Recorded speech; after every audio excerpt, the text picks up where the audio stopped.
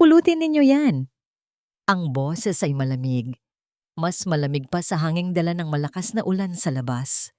Walang sigaw. Walang galit. Isang utos lamang na binitiwan sa hangin, matalas at hindi maaring suwayin. Nakatayo si Amara sa bahagyang bukas na pinto ng kanilang kusina. Ang damit niya ay mamasa-masa pa dahil sa ambon at ang hawak niyang kahon ng paboritong cake ni Sebastian ay tila biglang bumigat. Umuwi siya ng maaga para sorpresahin ito, para sa isang munting selebrasyon ng kanilang anibersaryo. Pero mukhang siya ang nasorpresa. Sa sahig, sa gitna ng nagkalat na kanin at ulam mula sa isang nabasag na plato, nakayuko ang 2 taong pinakamamahal niya sa mundo. Ang kanyang tatay, na dating matikas na guro, ay nanginginig ang kamay habang sinusubukang damputin ang bawat butil ng kanin. Ang kanyang nanay, na nagturo sa kanya kung paano maging marangal, ay nakatingin lang sa sahig, hindi magawang iangat ang mukha. At sa harap nila, nakatayo si Sebastian, ang kanyang asawa, ang lalaking pinangakuan niya ng habambuhay. Nakapamulsa ito, perpekto, ang tindig sa suot nitong mamahaling damit pambisita, ang mukha ay isang blangkong maskara ng pagkasuklam. Hindi ko alam kung saan kayo lumaki, patuloy ni Sebastian. Ang bawat salita ay parang yelo. Pero sa pamamahay ko, hindi tinatanggap ang pagiging pabaya.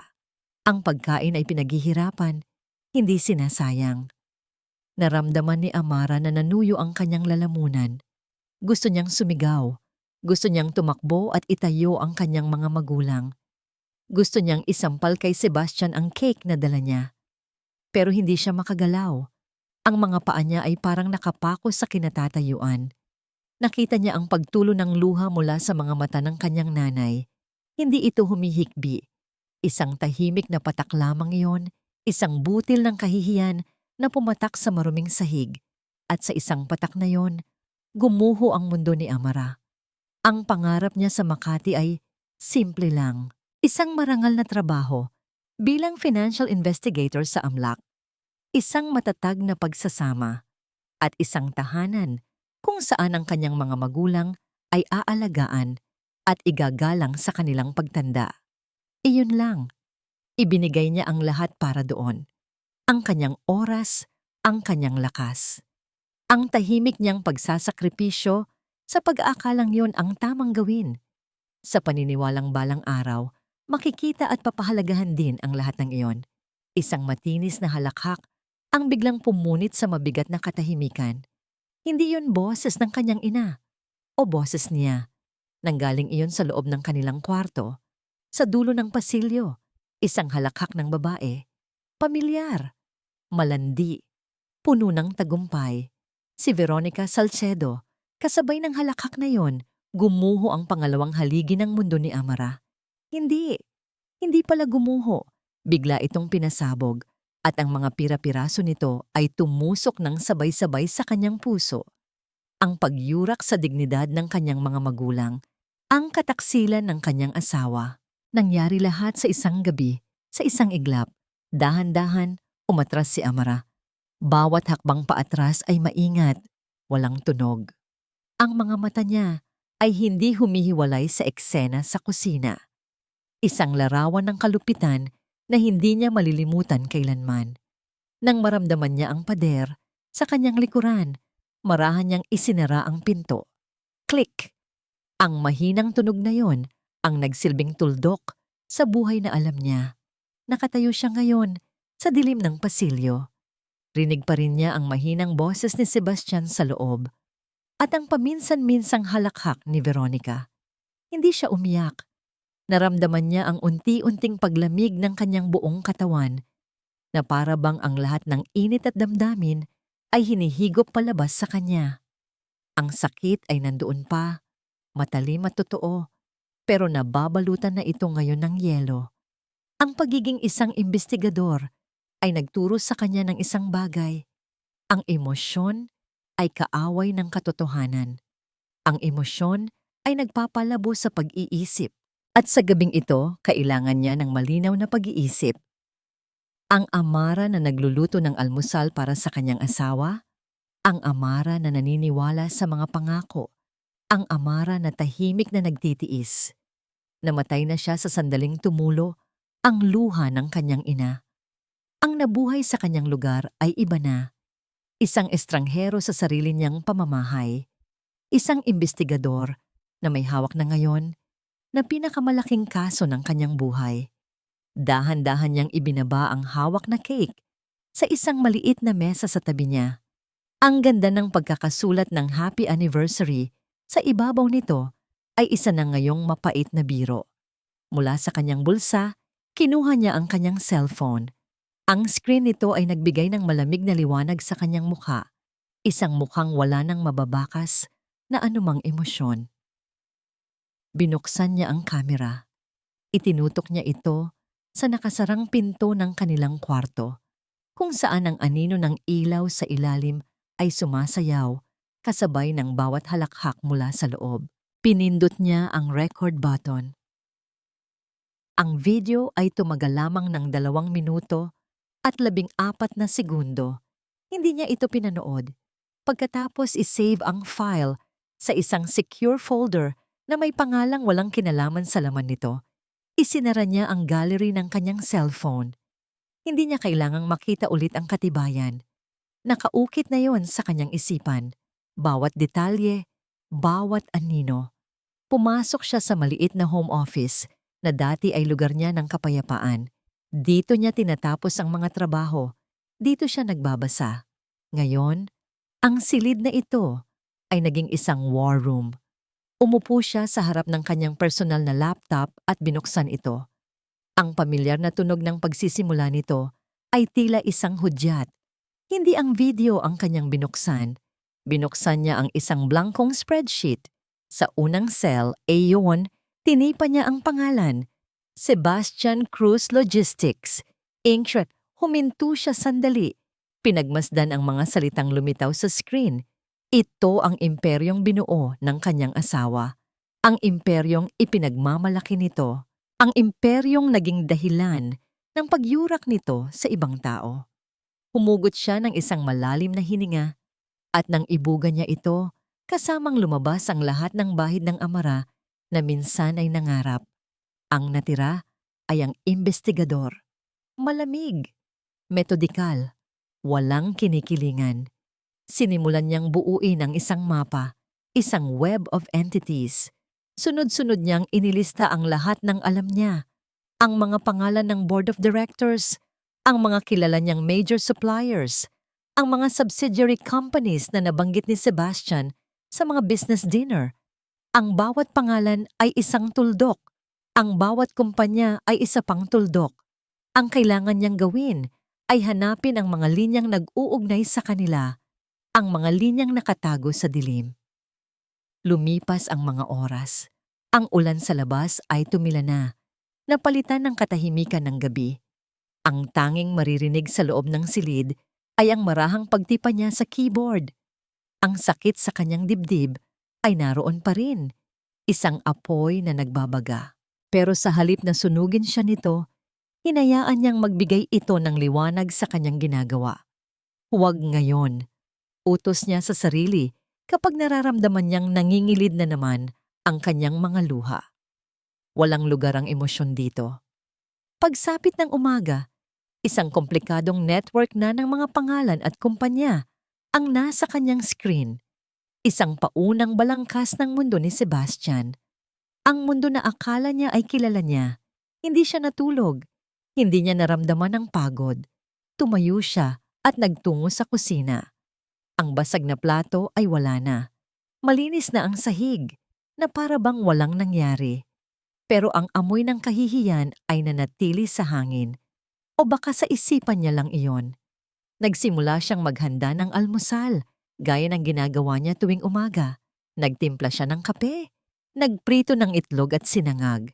Ang mga kamay niya ay kampante, sanay sa mga gawain. Pero ang narangiting laging kasama niyon ay nawawala. Nakita niya ang kanyang mga magulang na nakaupo na sa maliit na mesa sa hardin, nakatingin sa malayo. Nakita niya ang bakas ng kalungkutan sa kanilang mga mata. ang bahagyang pagkayukod ng kanilang mga balikat, at muling nag-alab ang apoy sa kanyang dibdib. Hindi na ito mauulit, bulong niya sa hangin. Isang pangako.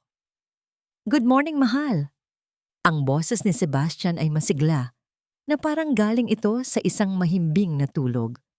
Lumabas ito mula sa kanilang kwarto, bihis na bihis, amoy na amoy, ang mamahaling pabango. Ngumiti ito sa kanya, isang perpektong ngiti na kayang linlangin ang buong mundo. You came home late last night?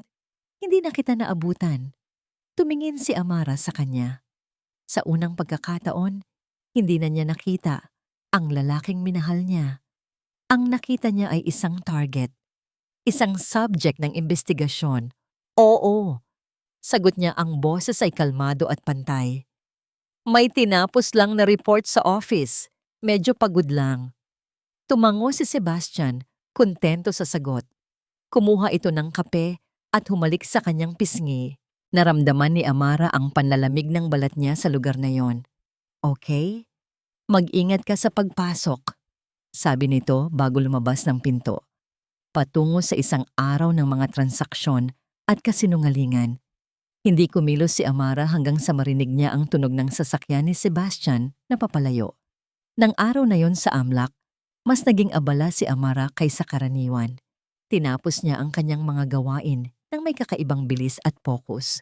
At nang dumating ang tamang tiyempo, ang oras ng tanghalian, nang halos mag-isa na lang siya sa kanyang cubicle, binuksan niya ang isang specialized software, isang tool na nagbibigay sa kanila ng access sa mga publicly accessible, corporate, and financial databases.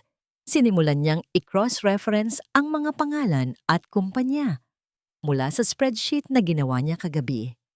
Marami sa mga ito ay malinis, walang kaduda-duda, pero alam niyang hindi lahat. Sa ilalim ng isang malinis na ibabaw, laging may dumi. Kailangan lang niya itong hanapin. Ilang oras siyang naghahanap, pangalan sa pangalan, kumpanya sa kumpanya. At pagkatapos, nakita niya isang transaction, isang wire transfer na ginawa 6 na buwan na ang nakalipas. Isang malaking halaga na inilipat mula sa isa sa mga subsidiary company ni Sebastian. Hindi ang halaga ang nakakuha ng kanyang pansin, kundi ang destinasyon. Isang kumpanya na nakarehistro sa British Virgin Islands, isang lugar na kilala bilang tax haven. Ang pangalan ng kumpanya, Veritas Holdings Ltd. Napahinto siya sa paghinga. Veritas, ang salitang Latin para sa katotohanan. Anong laking kabalintunaan. Mabilis niyang hinanap ang mga dokumento ng Veritas Holdings. Ang mga pangalan ng nagmamay-ari ay nakatago sa ilalim ng mga layer ng legalities.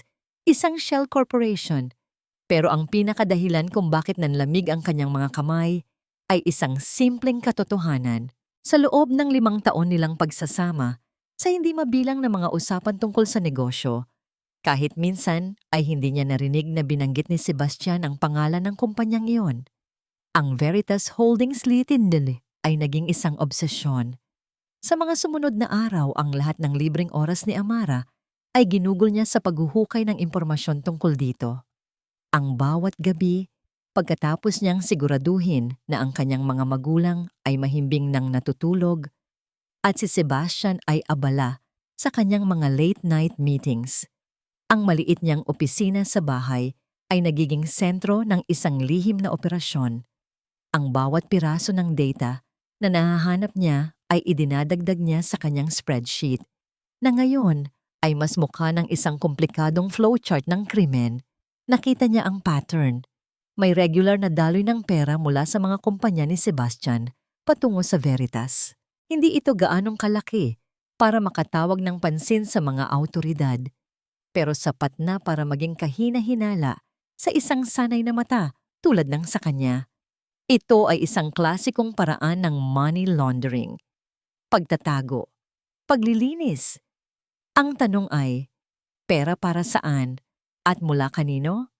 Ang mga sagot ay nagsimulang lumitaw Nang palalimin pa niya ang kanyang investigasyon, natuklasan niya ang koneksyon sa ilang mga junket operators mula sa mga kasino sa may baybayin, mga pangalang laging nababalot sa kontrobersya, mga taong kilala sa pagpapatakbo ng mga ilegal na sugalan. Habang pinagsasama-sama niya ang mga piraso ng puzzle, isang mas malinaw at mas nakakatakot na larawan ang nabubuo. Ang kumpanya ng kanyang asawa, ang Sebastian Cruz Logistics Inc., ay hindi lang isang simpleng kumpanya ng logistics. Isa itong istasyon, isang high-end na car wash para sa maruming pera. Isang gabi, habang sinusundan niya ang isang digital paper trail, natagpuan niya ang isang dokumento na nagpatigil sa pagtibok ng kanyang puso. Isang deed of assignment, isang kasulatan na naglilipat ng ilang shares ng Veritas Holdings sa ibang pangalan. Ang dokumento ay na-notarize. Legal. Nanginginig ang kanyang kamay habang nag-scroll down siya para makita ang pangalan ng assignee. At doon, nakalimbag sa itim at puti, malinaw at hindi maikakaila, ay ang pangalan niya. Amara Villanueva Cruz. Sa ilalim nito, isang pirma. Ang pirma niya. O isang perpektong pekeng kopya nito. Napasandal siya sa kanyang upuan. Ang hangin ay tila ninakaw mula sa kanyang mga baga. Hindi lang siya asawa. Hindi lang siya ang pinagtaksilan. Isa siyang kasangkapan. Isang fall guy. Isang perpektong pain. Kung sakaling pumutok ang lahat ng ito, kung sakaling masilip ng mga awtoridad ang kanilang operasyon, sino ang unang makikita nila? Sino ang madaling ituro? Ang asawa. Ang financial investigator mula sa AMLAC na may pangalan sa mga dokumento. Isang kaso ng conflict of interest sa pinakamamababaw na tingin. Isang kaso ng pakikipagsabwatan sa pinakamalalang anggulo. Napapikit siya ng mariin. Ang lamig na nararamdaman niya sa mga nakaraang araw ay wala kumpara sa yelong gumapang sa kanyang buong katawan ngayon. Bigla niyang naalala. Isang gabi, mga 8 buwan na ang nakalipas. Umuwi si Sebastian na may dalang isang makapal na folder. "Mahal, can you sign this for me?" Sabi nito. Ang boses ay malambing. "Just some standard forms for a new business loan. Kailangan lang ng spousal consent." Pagod siya noon mula sa trabaho. Nagtiwala siya. Hindi niya binasa ang bawat pahina. Pinirmahan niya lang kung saan itinuro ng daliri ni Sebastian ang mga blangkong linya. "Salamat, mahal," sabi nito, at hinalikan siya sa noo. "You're the best." Ang alaalang iyon, na dati ay nagbibigay sa kanya ng kilig, ay isa ng ngayong lason. Ang pagtataksil sa kama ay masakit. Pero ito ay isang bagay na mas malalim, mas brutal. Ito ay pagtataksil sa kanyang pagkatao, sa kanyang pangalan, sa kanyang kinabukasan. Kinabukasan sa isang social event na hindi niya matanggihan, kailangan niyang harapin ang katotohanan sa anyo ng isang babaeng nakangiti. Dumating si Veronica suot ang isang kulay dugong bestida. Ang tela ay tila yumayakap sa bawat kurba ng kanyang katawan. Sa leeg nito, nakasabit ang isang kumikinang na kwintas na diamante. Isang piyesang alam ni Amara ay nagkakahalaga ng higit sa kanyang taunang sahod. Naglalakad ito sa tabi ni Sebastian, nakakapit sa braso nito na para bang sila ang may-ari ng mundo. At sa gabing iyon, sa loob ng grand ballroom ng isang 5-star hotel, marahil nga. "Amara, darling," bati ni Veronica. Ang ngiti ay kasing kinang ng kanyang alahas, pero kasing lamig ng yelo. "I'm so glad you could make it. Akala ko, pagod ka na naman sa trabaho."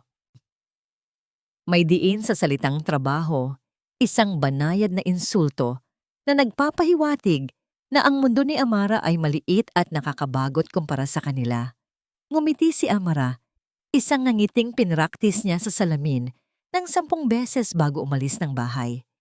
Isang nangiting kalmado, halos mainipin. Hindi naman. May mga bagay na kailangang bigyan ng atensyon, gaano man ito kapagod. Nakita niya ang bahagyang pagkunot ng noo ni Veronica na tila naguluhan sa kakulangan niya ng reaksyon. Inaasahan nito ang selos, ang galit. Hindi nito inaasahan ang kawalan. Mabuti naman kung ganon. Sabat ni Sebastian, hinaplos ang likod ni Amara. Isang kilos na para sa iba ay paglalambing, pero para kay Amara ay isang pag-aangkin, isang paalala kung sino ang may kontrol. Enjoy the night, mahal. Kausapin ko lang ang ilang mga kliyente. At umalis sila, iniwan si Amara na nakatayong mag-isa sa gitna ng dagat ng mga taong nagpapanggap. Hindi niya hinabol ng tingin ang mga ito. Sa halip kumuha siya ng isang baso ng champagne at pumwesto sa isang sulok kung saan kitang-kita niya ang lahat. Pinanood niya si Sebastian na makipagtawanan, na batiin ang mga makapangyarihang tao na may perpektong nangiti. Pinanood niya si Veronica na tumayo sa tabi nito, ang perpektong hostess, ang perpektong trophy, mga pangalan sa papel, ulit ng isip niya. Ang pangalan ko sa maruruming papel ninyo. Ang bawat ngiti nila, ang bawat halakhak, ay nagiging gatong sa apoy sa loob niya. Pero ang apoy na yon ay hindi na nakakasunog. Isa na itong malamig na apoy, isang asul na ningas na nagbibigay linaw sa lahat. Nang gabing iyon, umuwi si Amara nang mas maaga. Idinahilan ang pananakit ng ulo. Hindi siya dumiretso sa kwarto. Pumasok siya sa kanyang home office at isinara ang pinto. Mula sa isang nakatagong drawer, kinuha niya ang isang maliit at itim na USB flash drive. Bago. Walang laman. Isinaksak niya ito sa kanyang laptop. Isa-isa. Maingat. At may sinusunod na sistema. Kinopya niya ang bawat file, bawat dokumento, bawat ebidensyang natagpuan niya. Ang mga bank statement, ang mga pekeng kasulatan, ang mga larawan ng mga transaksyon. In-encrypt niya ang buong drive gamit ang isang multi-layered password na siya lang ang nakakaalam.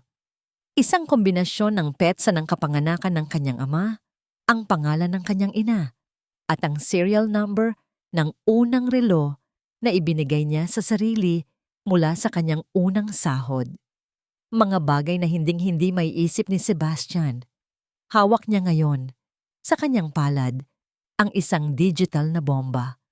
Isang maliit na bagay na may kakayahang pasabugin ang buong imperyo ni Sebastian Cruz. Ilang sandali siyang nakatitig sa screen sa isang particular na dokumento. Ang deed of assignment na may pekeng pirma niya. Ramdam niya ang pagbilis ng tibok ng kanyang puso, hindi dahil sa takot, kundi dahil sa galit na matagal na niyang itinatago. Isang mahinang tunog mula sa pinto ang nagpabalik sa kanya sa realidad. Bumukas ito. Nakatayo doon si Sebastian, nakangiti, pero ang mga mata ay hindi. Nakatingin ito sa kanya, pagkatapos ay sa screen ng laptop. Umuwi ito ng mas maaga kaysa sa inaasahan niya. Nanlamig ang hangin sa silid. Sa isang iglap, ang isip ni Amara ay naging kasing bilis ng isang supercomputer. I-assess ang banta, kalkulahin ang panganib, bumuo ng sagot. Ang kanyang mga daliri na kanina lang ay nanginginig ay naging kalmado. Sa isang pindot, ang screen ng kanyang laptop ay nagbago. Ang komplikadong flowchart ng mga kumpanya ni Sebastian ay napalitan ng isang luma at boring na case file mula sa AMLAC. Isang kasong matagal na niyang isinara. Itinaas niya ang kanyang mga mata mula sa screen at sinalubong ang tingin ni Sebastian. Ngumiti siya, isang pagod, ngunit natural na ngangiti. "Ah, ikaw pala," sabi niya. Ang boses ay bahagyang paos. "Maaga ka yata?" Lumakad si Sebastian papalapit. Ang mga mata ay sinusuri ang bawat galaw niya, bawat pagkurap ng kanyang mga mata. "Medyo mabilis natapos ang meeting. Ikaw? Akala ko ba masakit ang ulo mo?" Tumango si Amra. "Oo, pero hindi ako makatulog. Kaya naisip kong magbasa na lang ulit ng isang lumang kaso. May naalala lang akong detalye na baka magamit ko bukas." Sumilip si Sebastian sa screen ng laptop. Nakita nito ang pamilyar na logo ng gobyerno Ang mga technical jargon, ang mga numero, isang bagay na alam niyang wala siyang interes. Trabaho pa rin kahit nasa bahay ka na. Sabi nito, ang tono ay hindi malaman kung papuri o pangungutya. Masyado mong siniseryoso yan, mahal. Magpahinga ka na. Tatapusin ko lang basahin itong page, sagot ni Amara. Ibinalik ang kanyang tingin sa screen na para bang iyon ang pinaka-interesanting bagay sa mundo. Tumayo si Sebastian sa likod niya ng ilang sandali pa. Naramdaman ni Amara ang init ng presensya nito, ang bigat ng pagbabantay nito. Pagkatapos, narinig niya ang pagbuntong hininga nito at ang mga yabag papalayo. Narinig niya ang pagsara ng pinto ng kanilang kwarto. Hindi siya gumalaw, nanatili siyang nakatitig sa screen ng 10 minuto, bawat segundo ay isang pagtitiis. Nang sigurado na siyang hindi na ito babalik, dahan-dahan niyang isinara ang laptop. Napasandal siya sa upuan at doon lamang niya pinakawalan ang hiningang kanina pa niya pinipigilan. Sumakit ang dibdib niya, hindi dahil sa takot, dahil sa katotohanan. Alam niya, o naghihinalas siya, at ang paghihinalang iyon ay sapat na para gawin siyang mas mapanganib. Sa mga sumunod na araw, naging mas maingat si Amara. Ang kanyang investigasyon ay naging mas mabagal, mas detalyado. Alam niyang isang pagkakamali lang at tapos na ang lahat. Isang hapon, habang sinusuri niya ang shared network drive nila sa bahay, isang lugar kung saan nila itinatabi ang mga lumang litrato at mga walang kwentang dokumento, may napansin siyang bago. Isang folder na may pangalang renovations. Nagtaka siya. Wala silang planong mag-renovate. Binuksan niya ang folder. Sa loob, mayroong ilang mga file, mga scan ng resibo, mga kopya ng email, mga spreadsheet. Nang simulan niyang buksan ang mga ito, isa-isa, bumilis ang tibok ng kanyang puso. Ang mga dokumento ay nagpapakita ng isang malinaw na kaso ng tax evasion, mga peking resibo para sa mga materyales sa konstruksyon na hindi naman binili, mga email na nag-uutos na itago ang ilang mga benta, isang spreadsheet na malinaw na nagpapakita ng 2 set ng libro, isang opisyal at isang totoo. Ito na ang ebidensyang kailangan niya. Simple, direkta, at madaling patunayan. Hindi ito kasing komplikado ng money laundering, pero sapat na ito para simulan ang pagbagsak ni Sebastian. Isang ngiti ang unti-unting gumuhit sa kanyang mga labi. Ang unang totoong ngiti sa loob ng maraming linggo. Ang tagumpay ay abot kamay na niya. Binuksan niya ang kanyang secure email at nagsimulang i-attach ang mga file. Ipadadala niya ito sa isang pinagkakatiwalaan niyang contact sa ibang ahensya. Isang taong alam niyang kikilos agad. Nasa dulo na ng kanyang daliri, ang send button. Handa na siyang tapusin ang lahat. Pero may pumigil sa kanya. Isang munting tinig sa kanyang isipan. Ang tinig ng isang investigador. Masyadong madali. Huminto siya. Tinitigan niya ulit ang mga dokumento. Bakit ilalagay ni Sebastian ang ganito kasensitibong mga file sa isang shared drive? Kahit gaano pa ito katanga, hindi ito gagawa ng ganoong kapabayaang pagkakamali. Si Sebastian ay matalino, tuso. Ipinikit niya ang kanyang mga mata at pilit na inalis ang galit at pananabik sa kanyang sistema. Kailangan niyang tingnan ito, hindi bilang isang asawang naghahanap ng ganti, kundi bilang isang profesional na sinusuri ang ebidensya. Binuksan niya ulit ang isa sa mga resibo. Tiningnan niya ng maigi. Ang logo ng supplier, ang address, ang tax identification number. At doon niya nakita. Ang TIN, may isang maling numero. Isang digit na wala sa lugar. Isang pagkakamali na hindi mapapansin ng isang ordinaryong tao. Pero para sa isang tulad niya, nakabisado, ang format ng mga tin, ito ay isang malaking pulang bandera. Sinuri niya ang iba pa. Isa pang resibo, ang petsa ay linggo. Isang araw na alam niyang sarado ang supplier na yon. Isang email, ang tono ay masyadong halata, masyadong prangka, hindi tulad ng paraan ng pagsusulat ni Sebastian. Ang lahat ng ito ay perpekto, masyadong perpekto. At sa sandaling iyon, ang lahat ay naging malinaw. Ang pagpasok ni Sebastian sa kanyang opisina, ang folder na biglang lumitaw, isang patibong, isa itong pain. Inilagay niya ito doon para sa kanya. Hinihintay niyang makita niya ito. Hinihintay niyang gamitin niya ito. At sa oras na gawin niya iyon, sa oras na isumite niya ang mga pekeng ebidensyang ito, si Sebastian ay may karapatan nang idemanda siya. Forgery, corporate sabotage, hindi lang siya mapapawalang sala, kundi siya pa ang magiging biktima. At si Amara, ang asawang naghahanap ng ganti, ay magiging isang kriminal. Kontrolado na siya nito habang buhay. Isang malamig na kaba ang gumapang sa kanyang likod. Pero mabilis itong napalitan ng isang bagay na mas matindi. Isang malamig na galit. Pinaglalaruan siya nito. Minamaliit nito ang kanyang talino. Dahan-dahan, inilipat niya ang cursor sa mga file na naka-attach sa kanyang email. Tinanggal niya ang mga ito isa-isa. Pagkatapos, isinara niya ang draft. Bumalik siya sa folder na renovations. Pinili niya ang lahat ng laman nito. Hindi niya ito inilipat sa trash bin. Pinindot niya ang shift at delete. "Are you sure you want to permanently delete these files?" Tanong ng computer. Pinindot niya ang yes. Tumayo siya at lumakad papunta sa salamin sa pader ng kanyang opisina.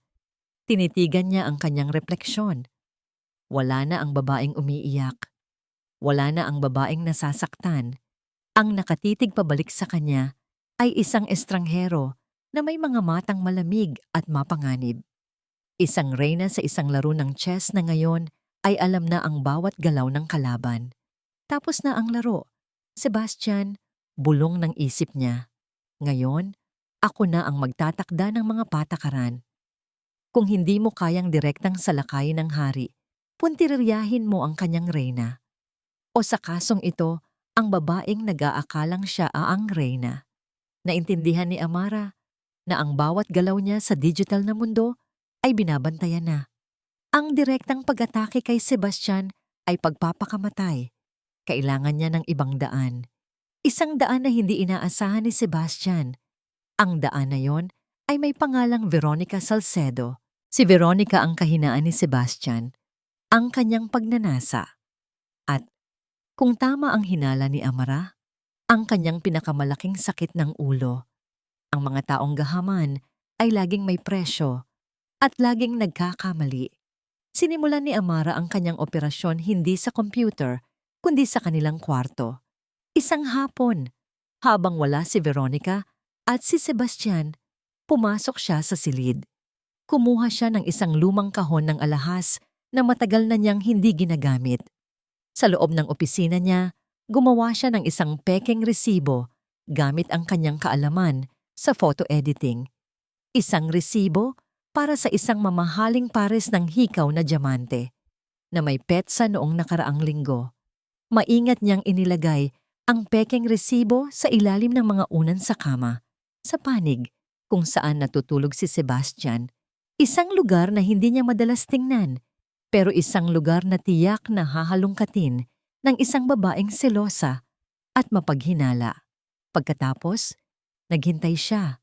Hindi nagtagal, nakuha niya ang resulta. Isang gabi, nagkunwari siyang natutulog ng maaga. Mula sa bahagyang bukas na pinto ng kanyang silid tulugan, natutulog na siya ngayon sa guest room sa dahilan na kailangan niya ng espasyo para makapag-isip.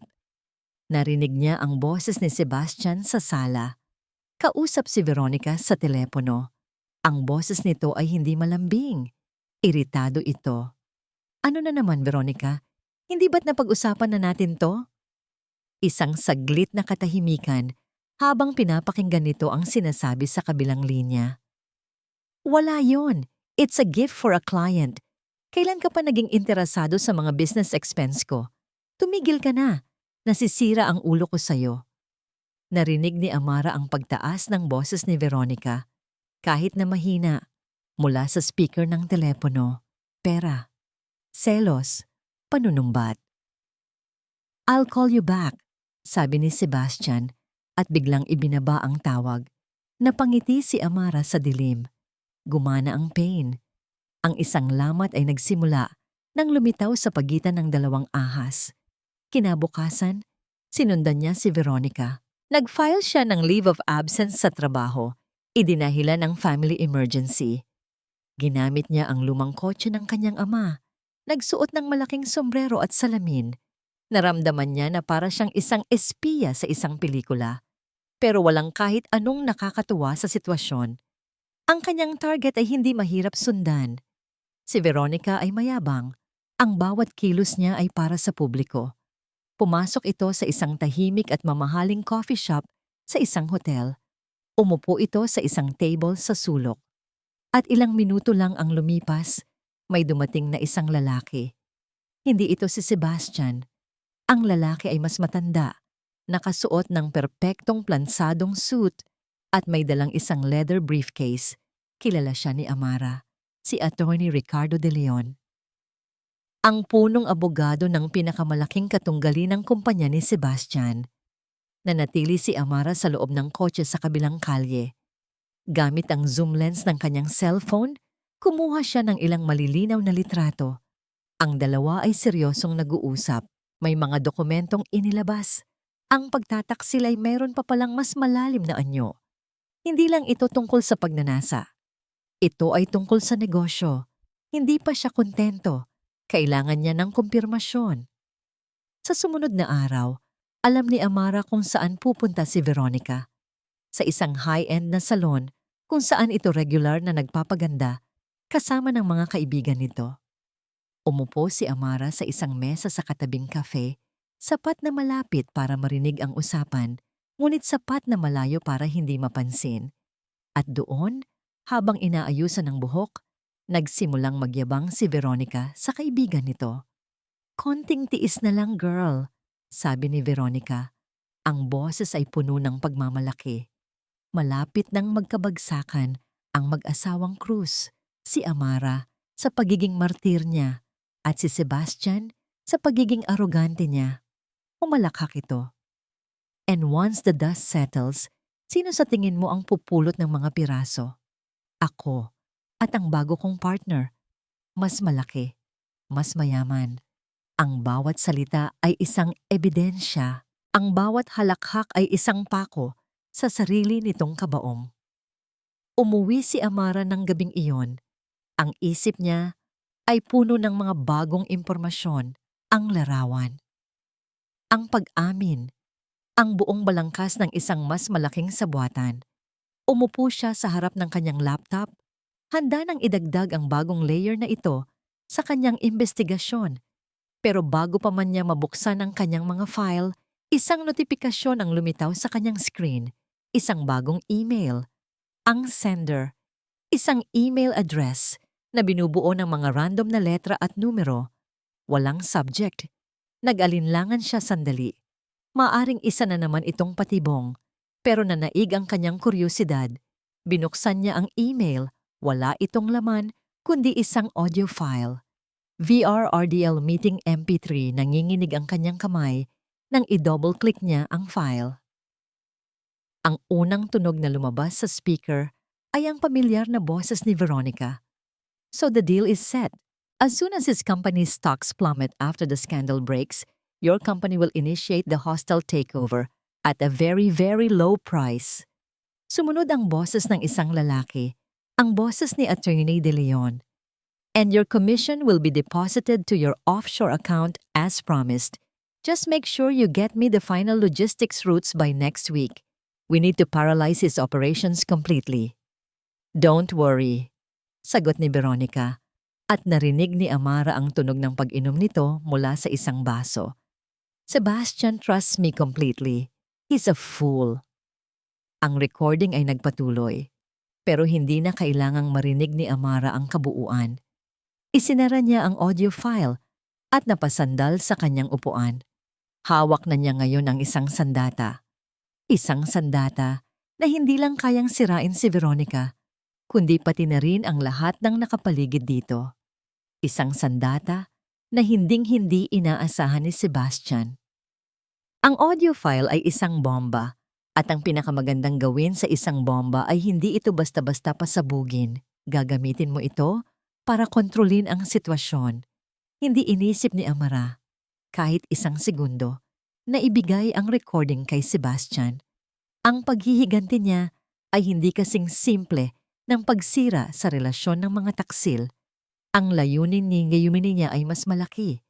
Ang pagbagsak ng buong imperyo ng kasinungalingan na kanilang binuo. Kinabukasan, nagsimula ang ikalawang yugto ng kanyang plano, ang paglalaro ng dobleng laro. Alam niya na si Veronica ay desperadong naghahanap ng impormasyon na maibibigay kay Attorney De Leon, impormasyong sisira kay Sebastian. At si Amara, sa kanyang posisyon bilang asawa, ang may pinakamagandang access dito. Naghintay siya ng tamang tiyempo. Isang gabi, nang alam niyang darating si Veronica sa bahay para dalawin si Sebastian na may sinat, isang pagkukunwaring alam ni Amara ay paraan lang para makahalungkat ng impormasyon. Nag-set up siya ng sarili niyang pain. Iniwan niyang nakabukas ang laptop ni Sebastian sa study table. At sa screen, isang confidential na spreadsheet ang nakadisplay. Naglalaman ito ng listahan ng mga major clients at ang projected quarterly earnings nila. Ang mga numero ay bahagyang binago ni Amara. Sapat na para magmukhang totoo at mahalaga, pero hindi ang aktwal na datos na makakasira sa buong operasyon. Ito ay impormasyon, oo, pero hindi ang pinakabuod ng kumpanya.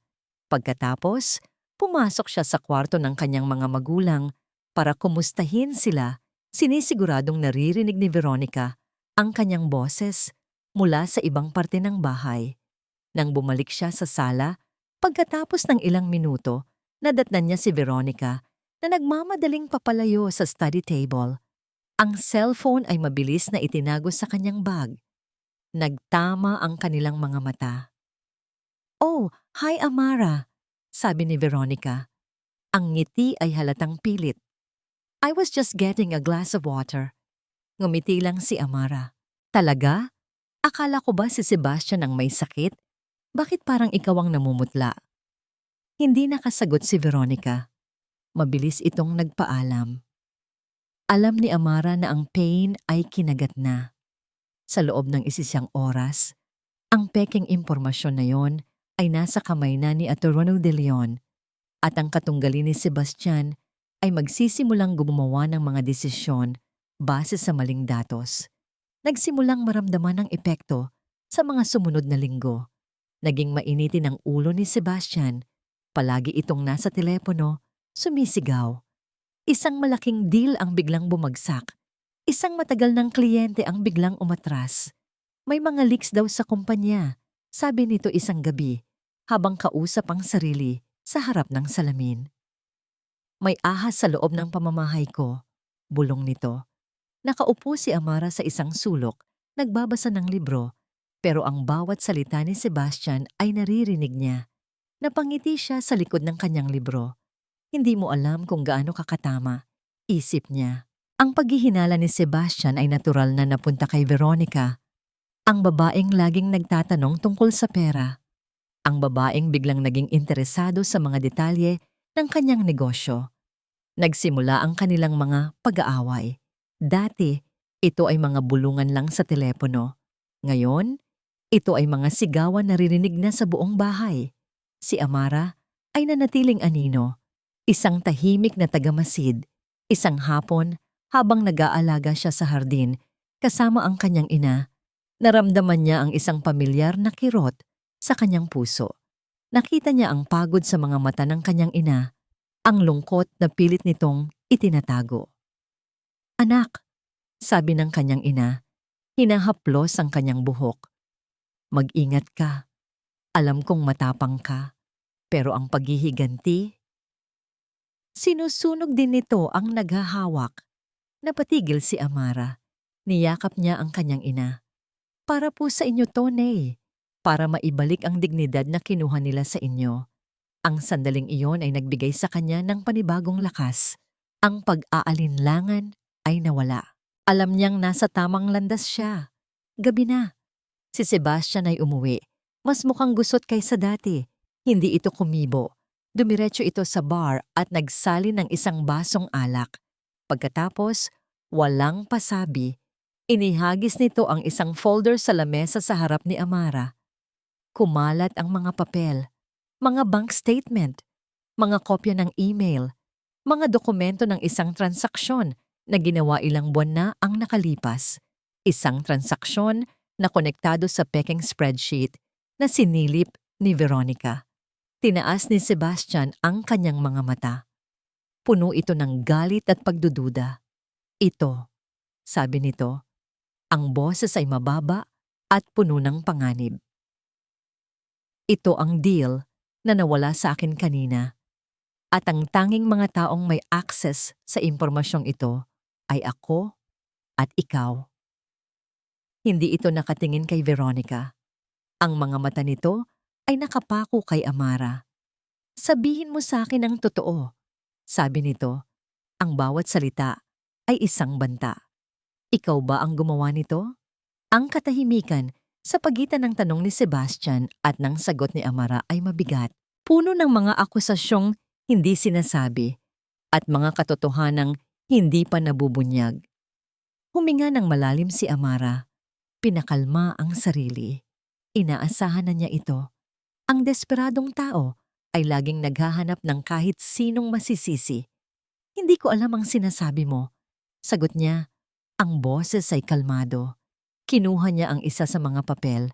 Tiningnan ito na, para bang ngayon niya lang ito nakita. Ito ay mga dokumento ng kumpanya mo, Sebastian. Paano ako magkakaroon ng kinalaman dito? Huwag mo akong gawing tanga, Amara.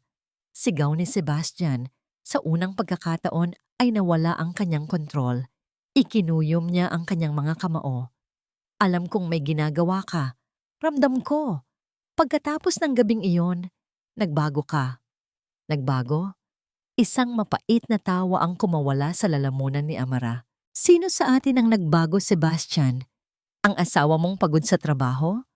O ang asawang nag-uuwi ng ibang babae sa pamamahay natin at hinahayaang yurakan ang dignidad ng aking mga magulang? Ang direktang pag-amin sa katotohanan ay parang isang sampal kay Sebastian. Natigilan ito. Ang galit sa kanyang mga mata ay napalitan ng pagkagulat at pagkatapos ay ng isang malamig na kalkulasyon. So alam mo na pala, sabi nito. Ang boses ay ay bumalik sa pagiging kalmado at mapanganib. At ito ang ganti mo? Isang maliit at pathetic na paghihiganti sa pamamagitan ng pagsira sa negosyo ko? Umiling si Amara. Wala akong ginagawang masama. Baka dapat mong tanungin ang bago mong business partner, sabi niya. May diin sa huling dalawang salita. Pero hindi na nakikinig si Sebastian.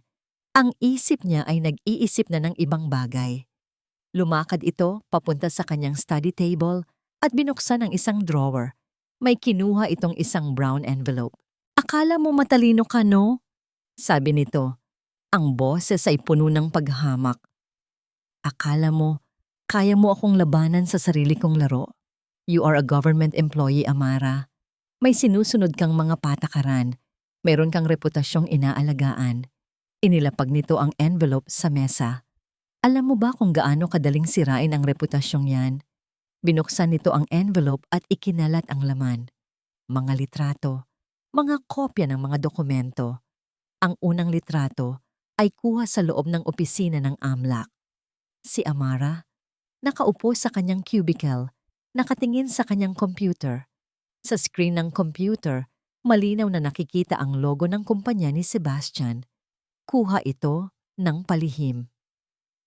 Ang sumunod ay isang kopya ng kanyang Statement of Assets, Liabilities, and Net Worth, SN. At sa tabi nito, isang listahan ng mga ari-arian na nakapangalan kay Sebastian. Mga ari-ariang hindi niya idineklara bilang parte ng kanilang conjugal property. Isang malinaw na paglabag sa batas. Isang tawag lang, Amara, sabi ni Sebastian. Ang bawat salita ay parang lason. Isang tawag lang sa Civil Service Commission, isang tip sa media. Sasabihin ko na ginagamit mo ang posisyon mo sa gobyerno para tulungan at pagtakpan ang negosyo ng asawa mo. At kapag lumabas ang issue ng hindi tamang pag-file ng ESALD, tapos ka na. Ang career na pinaghirapan mo, magiging abo. Naramdaman ni Amara na nanlamig ang kanyang mga kamay. Ito ang kanyang career, ang kanyang integridad, ang tanging bagay na tunay na sa kanya. At hindi pa ako tapos. Patuloy ni Sebastian. Ang muka ay isang maskara ng kalupitan. Kinuha nito ang kanyang telepono at ipinakita ang isang litrato. Ang kanyang tatay at nanay. Naglalakad sa parke, kumakain ng ice cream. Isang simpleng litrato ng kaligayahan. Pero ang litrato ay kuha mula sa malayo, gamit ang isang zoom lens na para bang minamanmanan sila. Mabait silang mga tao, hindi ba? Sabi ni Sebastian. Tahimik. Walang kalaban-laban. Siguraduhin mo lang na mananatili silang ligtas, na walang masamang mangyayari sa kanila habang naglalakad sila pauwi. Iyon na, ang huling pako, ang banta na nagpaguho sa lahat ng natitirang tapang ni Amara. Maaari niyang isakripisyo ang kanyang trabaho, ang kanyang pangalan, pero ang kaligtasan ng kanyang mga magulang? Hindi. Hinding-hindi. Napayuko si Amara. Ang bigat ng mundo ay tila nasa kanyang mga balikat. Ang USB sa kanyang bulsa na puno ng ebidensya ay parang wala ng silbi. Ang lahat ng kanyang pinaghirapan, ang lahat ng kanyang plano ay gumuho sa isang iglap. Natalo na siya. Itigil mo na ang ginagawa mo. Utos ni Sebastian, ramdam ang kanyang tagumpay. Kalimutan mo na ang lahat at mananatili ang lahat sa ayos. Maiintindihan mo ba yon? Hindi sumagot si Amara. Tumulo ang isang butil ng luha mula sa kanyang mga mata, isang luha ng pagkatalo at kawalan ng pag-asa. Tumalikod si Sebastian, kontento na sa resulta. Iniwan si Amara na mag-isa sa kanyang pagkawasak. Umupo siya sa sahig, sa gitna ng mga nagkalat na papel na sumisira sa kanyang buhay. Niyakap niya ang kanyang mga tuhod. Sa unang pagkakataon, mula nang magsimula ang lahat, naramdaman niya ang sobrang takot. Wala na siyang matatatakbuhan. Wala nang paraan para manalo. Biglang nag-ring ang kanyang telepono. Nanginginig niyang kinuha ito mula sa kanyang bulsa. Isang hindi rehistradong numero. Nag-alinlangan siyang sagutin ito. Pero sa puntong iyon, wala nang mas lalala pa. Sinagot niya ang tawag. Hello? Ang boses niya ay mahina at basag. Isang boses ng lalaki ang sumagot mula sa kabilang linya. Isang boses na kalmado, profesional, at hindi niya kilala. Ginang Villanueva? Sabi ng lalaki. Ako ay mula sa National Bureau of Investigation. Sa tingin ko, mayroon tayong iisang kaaway. Siguro ay dapat tayong mag-usap. Ang boses sa kabilang linya ay kalmado, pero bawat salita ay may bigat. Ginang Villanueva, ang pangalan ko ay Agent Reyes. Ilang buwan na naming minamanmanan si Attorney Ricardo De Leon at ang kanyang mga ilegal na gawain. Sa proseso, ang pangalan ng asawa mo at ang pangalan mo ay paulit-ulit na lumabas. Napahawak si Amara sa pader para suportahan ang sarili. NBI, ang pambansang ahensya. Ang laro ay biglang lumaki. Hindi ko, simula ni Amara, pero pinutol siya ng ahente. Huwag kang mag-alala, alam naming hindi ka kasabwat. Nakita namin ang mga pagtatangka ni Sebastian na na-frame ka. Nakita namin ang mga sikreto mong pag-iimbestiga. Mas matalino ka kaysa sa inaakala niya. May paggalang sa tono ng ahente.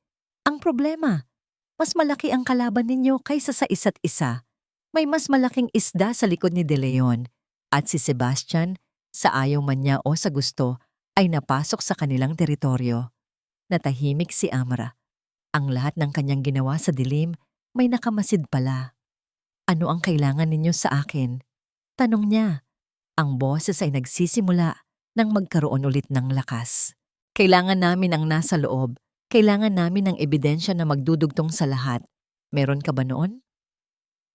Napatingin si Amara sa USB drive na nasa sahig, sa tabi ng mga papel na panira sa kanya. Ang kanyang bomba. Paano ko malalaman kung mapagkakatiwalaan ko kayo? Tanong niya. Ang huling hibla ng pag-aalinlangan ay kumakapit pa. Pinagbantaan niya ang pamilya ko. Dahil sa puntong ito, Ginang Villanueva, sagot ni Agent Reyes, kami na lang ang pag-asa mo. At tungkol sa pamilya mo, huwag kang mag-alala. Mula sa sandaling ito, may 2 ahente na nakaistasyon malapit sa bahay ninyo. Walang sino man ang makakalapit sa kanila. Ang mga salitang yon ang nagpabagsak sa huling pader ng kanyang takot. Pinalitan ito ng isang bagay na mas matatag. Pag-asa. Nagkita sila kinabukasan sa isang lugar na hindi inaasahan, sa loob ng isang abalang simbahan. Umupo si Amara sa isang bangko sa likuran. Ilang sandali pa, isang simpleng lalaking nakasuot ng polo shirt ang umupo sa tabi niya. Si Agent Reyes. Ang shareholders meeting ng kumpanya niya ay bukas ng hapon. Sabi ni Amara, hindi nakatingin sa ahente. Ang mga mata ay nakapako sa altar. Iyon ang magiging pinakamagandang pagkakataon. Naroon ang lahat. Sumasang-ayon ako, sagot ni Reyes. Ano ang plano? Inabot ni Amara ang isang maliit na sobre. Sa loob nito ay ang USB drive. Lahat ng kailangan ninyo nandyan. Mga bank records, pekeng dokumento, at ang recording ng usapan ni Veronica at ni De Leon. Kinuha ito ng ahente at inilagay sa kanyang bulsa. Salamat! Ito na ang magiging basihan ng aming warrant. May isa pa akong gagawin, sabi ni Amara, para masigurado na walang makakatakas. Pag-uwi niya, ginugol niya ang buong hapon kasama ang kanyang mga magulang. Hindi sila nag-usap tungkol sa problema. Nagkwentuhan sila tungkol sa mga masasayang alaala. Nagluto sila ng paborito nilang pagkain. Sa bawat ngiti at tawa nila, lalong tumitibay ang kanyang loob. Kailangan niyang tapusin ito para sa kanila.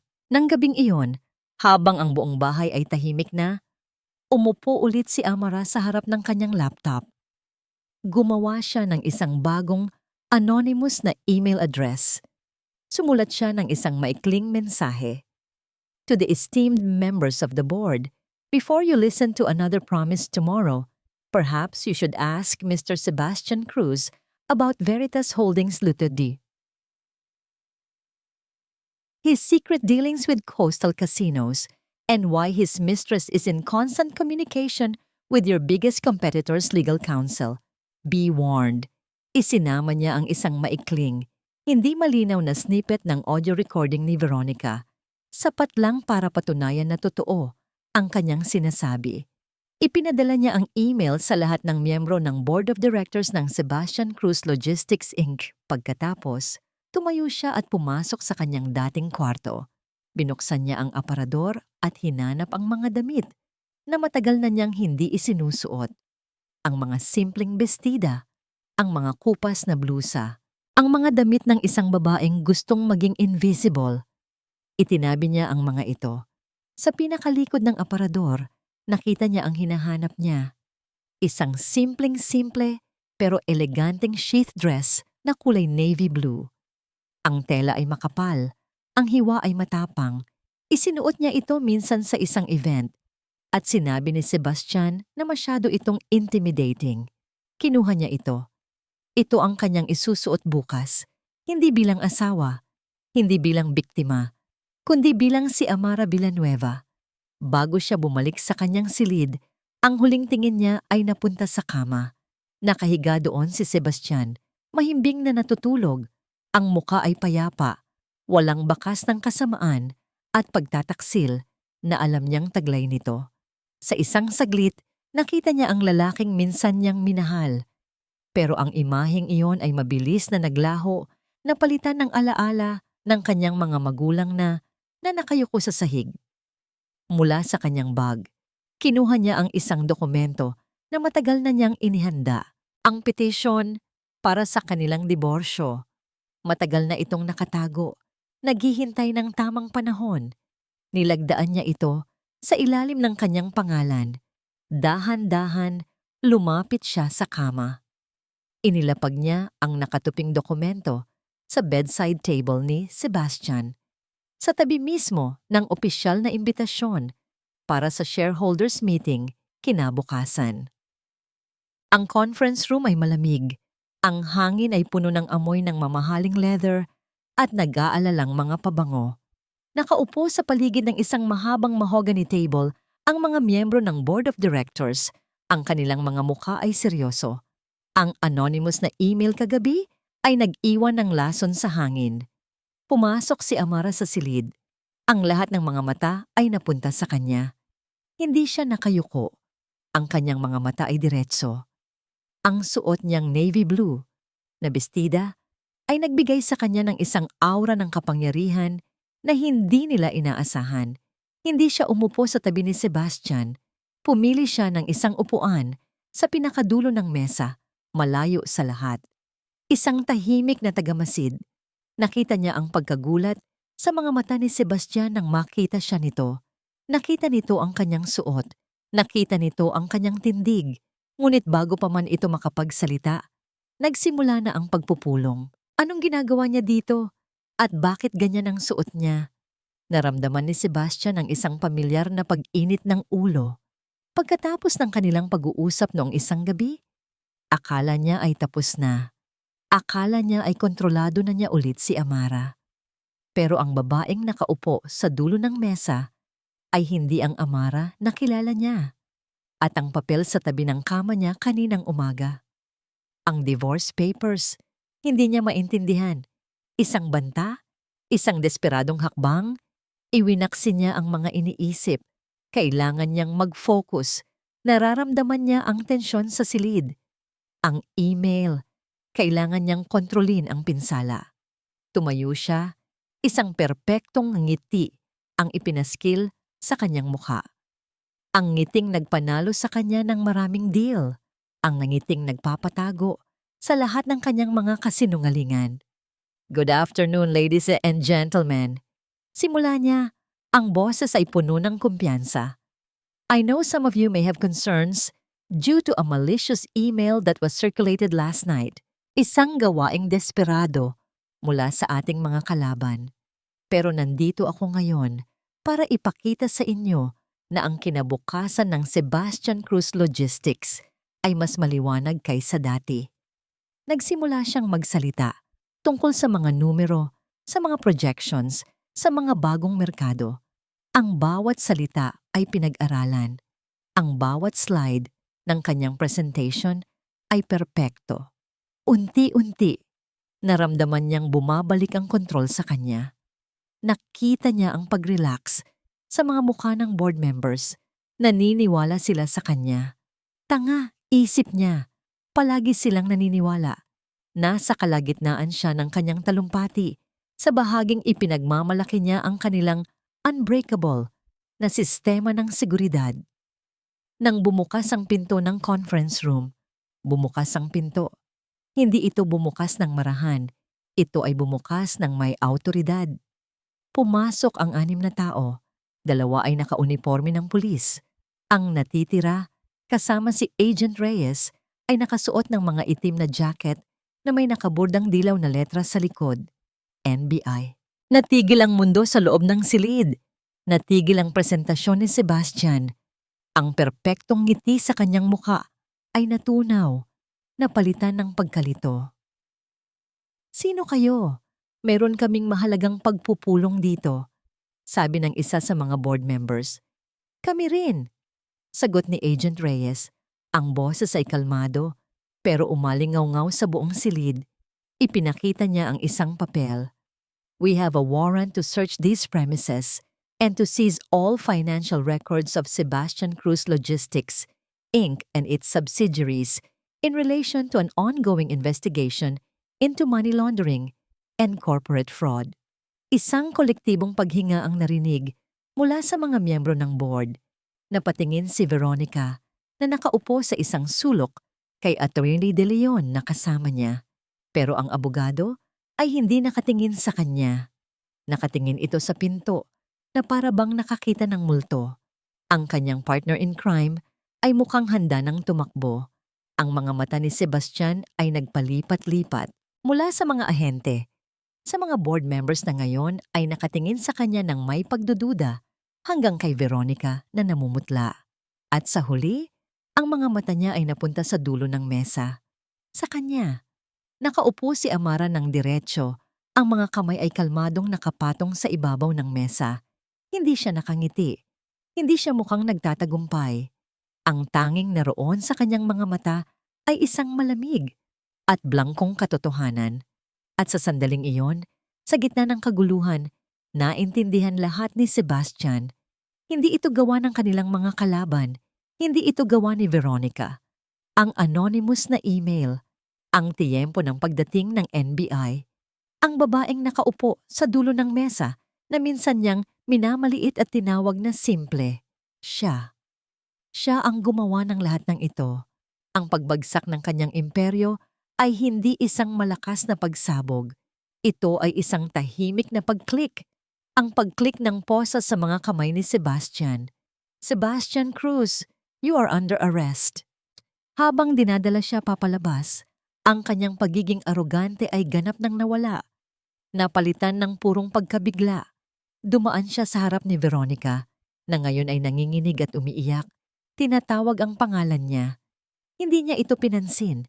Huminto siya sa tapat ni Amara. Ang mukha niya ay 1 metro lang ang layo sa kanya. Bakit? Bulong niya, ang tanging salitang lumabas sa kanyang bibig. Isang tanong na hindi naghahanap ng sagot, kundi ng dahilan sa pagkawasak ng kanyang mundo. Tinitigan siya ni Amara sa mata. Sa unang pagkakataon, nagsalita siya. Ang boses ay sapat lang para marinig nilang dalawa. Dahil sa isang basag na plato at sa mga luhang hindi mo dapat pinatak. Hindi sumagot si Sebastian. Wala na siyang masabi. Dinala na siya palabas ng silid kasama ang kanyang mga kasinungalingan. Makalipas ang ilang linggo, ang ingay ng iskandalo ay unti-unti nang humupa. Ang pangalan ni Sebastian Cruz at Veronica Salcedo ay naging laman ng mga balita sa loob ng ilang araw. Pagkatapos ay naging usap-usapan, hanggang sa kalaunan ay naging isang kwentong babala na lamang sa mga mararangyang pagtitipon sa Makati. Ang kaso ay malaki at komplikado. Ang mga ebidensyang ibinigay ni Amara ay nagbukas ng isang mas malalim pang investigasyon na umabot hanggang sa mga matataas na opisyal at makapangyarihang negosyante. Ang araw ng paghuhukom ay hindi lang para kay Sebastian. Ito ay naging isang malawakang paglilinis. Ngunit si Amara ay malayo na. Sa lahat ng iyon, ang una niyang ginawa pagkatapos ng araw na yon ay ang finalization ng kanilang diborsyo. Mabilis itong naproseso. Walang pagtutol, walang away. Isang simpleng pagpirma sa papel na formal nang tumapos sa isang kasinungalingan. Pagkatapos, kasama ang kanyang mga magulang, nilisan nila ang condominium unit na puno ng masasamang alaala. Ang bawat gamit na kanilang binitbit ay isang hakbang papalayo sa nakaraan. Ang bawat kahon na kanilang isinara ay isang pagsasara sa isang kabanata ng sakit. Lumipat sila sa isang maliit na bahay sa isang tahimik na subdivision sa labas ng syudad. Ang bahay ay hindi kasing laki, hindi kasing gara. Walang mga salaming bintana na nagpapakita ng mga nagtataasang gusali. Ang mayroon ito ay isang maliit na hardin sa likod kung saan ang kanyang nanay ay maaaring magtanim ng mga bulaklak at gulay. Ang mayroon ito ay isang balkonahe kung saan ang kanyang tatay ay maaaring magbasa ng dyaryo tuwing umaga habang nagkakape. Isang hapon, habang nag-aayos sila ng mga gamit, nakita ni Amara ang kanyang mga magulang na magkatabing nakaupo sa sopa, nagtatawanan habang tinitingnan ang isang lumang photo album, isang tawang malaya, isang tawang hindi na kailangang ipagpaalam. At sa sandaling iyon, alam ni Amara na lahat ng kanyang pinagdaanan ay sulit. Isang gabi, iniwan ng kanyang mga magulang ang isang sulat sa ibabaw ng kanyang unan. Ang sulat kamay ng kanyang ina ay bahagyang nanginginig. Anak, salamat. Hindi lang sa pag-aalaga. Salamat sa pagbabalik sa amin ng aming dignidad. Mahal na mahal ka namin. Nanay at tatay. Niyakap ni Amara ang sulat sa kanyang dibdib. Sa maliit na bahay na yon, sa gitna ng katahimikan, sa wakas ay pinayagan niya ang kanyang sarili na umiyak. Hindi luha ng sakit o galit, kundi luha ng ginhawa. Ang pagbabalik niya sa amlak ay tahimik. Walang nagtanong tungkol sa nangyari, pero nakita niya ang pagbabago sa mga mata ng kanyang mga katrabaho. Ang dating Amara, na halos invisible, ay ngayoy tinitingnan nila ng may respeto. Ang kanyang boss, isang striktong lalaki na bihirang ngumiti, ay tinawag siya sa opisina. Villanueva, sabi nito, I reviewed your performance for the last 6 months. Excellent work. May bakanting posisyon para sa senior investigator. I want you to take it. Walang palakpakan, walang selebrasyon. Isang simpleng pag-angat lang sa posisyon na alam niyang pinaghirapan niya. Tumango si Amara at tinanggap ito. Isang umaga, ilang buwan pagkatapos ng lahat, nakatayo si Amara sa tabi ng bintana ng kanyang bagong opisina. Mas mataas, mas malawak ang tanawin. Ang araw ay sumisikat sa Makati. Ang liwanag nito ay tumatama pa rin sa mga salamin ng nagtataasang mga gusali. Ang tanawing ito, na minsan ay sumisimbolo sa isang pangarap na nawasak, ay mayroon ng ibang kahulugan. Hindi na ito tungkol sa isang matatag na pagsasama o isang marangyang buhay. Ito ay tungkol sa kanya. Ang sikat ng araw ay tumama sa kanyang mukha. Naramdaman niya ang init nito. Ipinikit niya ang kanyang mga mata at huminga ng malalim. Ang hangin ay malinis. Ang bigat sa kanyang dibdib ay wala na. Idinilat niya ang kanyang mga mata. Sa refleksyon niya sa salamin ng bintana, nakita niya ang isang babaeng buo, isang babaeng marangal, isang babaeng malaya. At sa unang pagkakataon, sa napakatagal na panahon, si Amara Villanueva ay ngumiti. Isang tunay at mapayapang nangiti.